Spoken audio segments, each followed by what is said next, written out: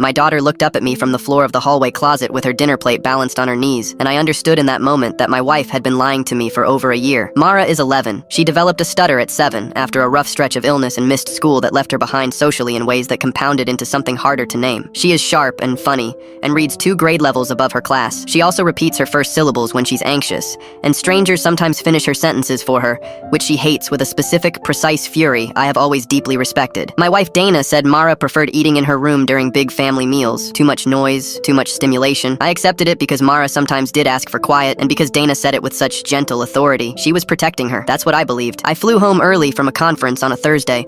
My sister's birthday dinner was already underway when I walked through the door. 12 people at the dining table, our older daughter Becca laughing at the center of it, cousins and aunts arranged around my sister's cake. The table was full and loud and warm. Mara was not at it. I found her in the hallway closet between the bathroom and the laundry room, cross-legged on the floor, a plate of food on her knees and a chapter book propped against the wall. She'd fashioned a kind of nest, a folded blanket beneath her, a small lamp plugged into the baseboard outlet. She looked up at me with the absolute composure of someone who has fully accepted their circumstances. "D-Dad," she said, "you're early." I sat down on the floor beside her and asked how long she'd been eating in the closet during family dinners. "Since Grandma's birthday last year," she said. I went very still. I found Dana in the kitchen refilling a pitcher. I kept my voice low enough that the dining room couldn't hear. I asked her directly. She set the pitcher down and looked at the floor. Then she said Mara understood, that it was less stressful, that certain relatives made comments and it was just easier to manage around them, that I traveled so much and she was handling things alone. I asked if Mara had agreed to this arrangement. She said Mara was too anxious to push back on things. I went back to the hallway. I asked Mara if she wanted to come to the table. She looked at me the way kids look when they've been told something is impossible so many times they've stopped testing it. "Mama said it's better if I don't," she said. Why did she say that? Mara closed her book carefully, aligning the cover against her knee. She said when I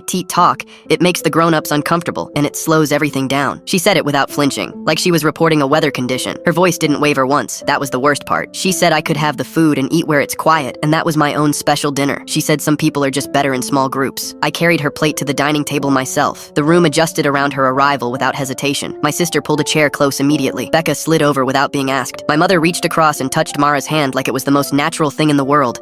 Because it was. Dana stood in the kitchen doorway and watched all of it. Later, after everyone had gone, she cried. She said she'd been trying to protect Mara from the relatives who whispered, from the awkward silences, from people who made her feel like a problem that needed managing. I believe some part of that was true. I also believe she had been prioritizing her own discomfort over her daughter's place at her own family table, and that somewhere along the way she had told an 11-year-old girl with a stutter that her voice slowed things down. Mara let Dana hug her that night. She hugged back, brief and careful, the way you hold something you are still deciding about. That was 4 months ago. Dana is in therapy now, working through something she's calling conflict avoidance, though I think the name she's actually looking for is harder to say out loud. Mara sits at every dinner now. She takes her time with her words. Nobody finishes her sentences anymore. She doesn't let them.